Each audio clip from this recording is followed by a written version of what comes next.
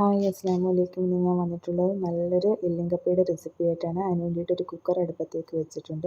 അതിനകത്ത് വെളിച്ചെണ്ണ ഒഴിച്ചു കൊടുക്കുന്നുണ്ട്. വെളിച്ചെണ്ണ നല്ല രീതിയിൽ ചൂടാവുന്ന സമയത്ത് ഒരു മീഡിയം സൈസ് സവാളയും ഒരു 10-20 കൊച്ചുള്ളിയും കൂടെ ഇട്ട് നല്ല രീതിയിലൊന്ന് വഴറ്റിയെടുക്കാവുന്നതാണ്.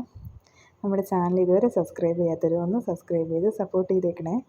എന്നിട്ട് നല്ല രീതിയിൽ ഉള്ളി വഴണ്ടി വരുന്ന സമയത്ത് നമുക്ക് ഇഞ്ചിയും വെളുത്തുള്ളിയും പേസ്റ്റ് ചേർത്ത് കൊടുക്കാവുന്നതാണ്.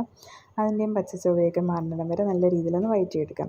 അതിനുശേഷം നമുക്ക് ആവശ്യമായിട്ടുള്ള പൊടികൾ ചേർത്ത് കൊടുക്കാവുന്നതാണ്.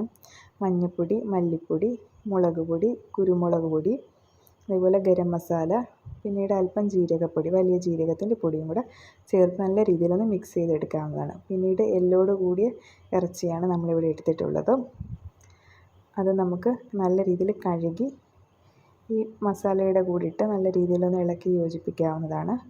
1-2 സെക്കൻഡ് ഒന്ന് ഇളക്കി യോജിപ്പിക്കുക കേട്ടോ. അതിനുശേഷം ഒരു 4 വീസിൽ വരത്തക്ക രീതിയിൽ നമുക്ക് വേവിച്ചെടുക്കാവുന്നതാണ്. ഇതിപ്പം വേവിച്ചെടുത്തിട്ടുള്ളതാണ്. നല്ല രീതിയിൽ ആവശ്യത്തിന് വെന്തിട്ടുണ്ട് കേട്ടോ. എന്നിട്ട് നമുക്ക് ഒരു കടായിലേക്ക് മാറ്റാം. എന്നിട്ട് നമുക്ക് 1 കിലോ ചീനിയാണ് ഞാനിവിടെ വേവിച്ചെടുത്തിട്ടുള്ളത്. ആ ചീനിയും കൂടെ നമുക്ക് ഇറച്ചിയിലേക്ക് ഇട്ട് കൊടുക്കാവുന്നതാണ്. എന്നിട്ട് നല്ല രീതിയിൽ മസാല എല്ലാം പിടിക്കത്തക്ക രീതിയിൽ നല്ല രീതിയിൽ ഇളക്കി യോജിപ്പിക്കണം കേട്ടോ.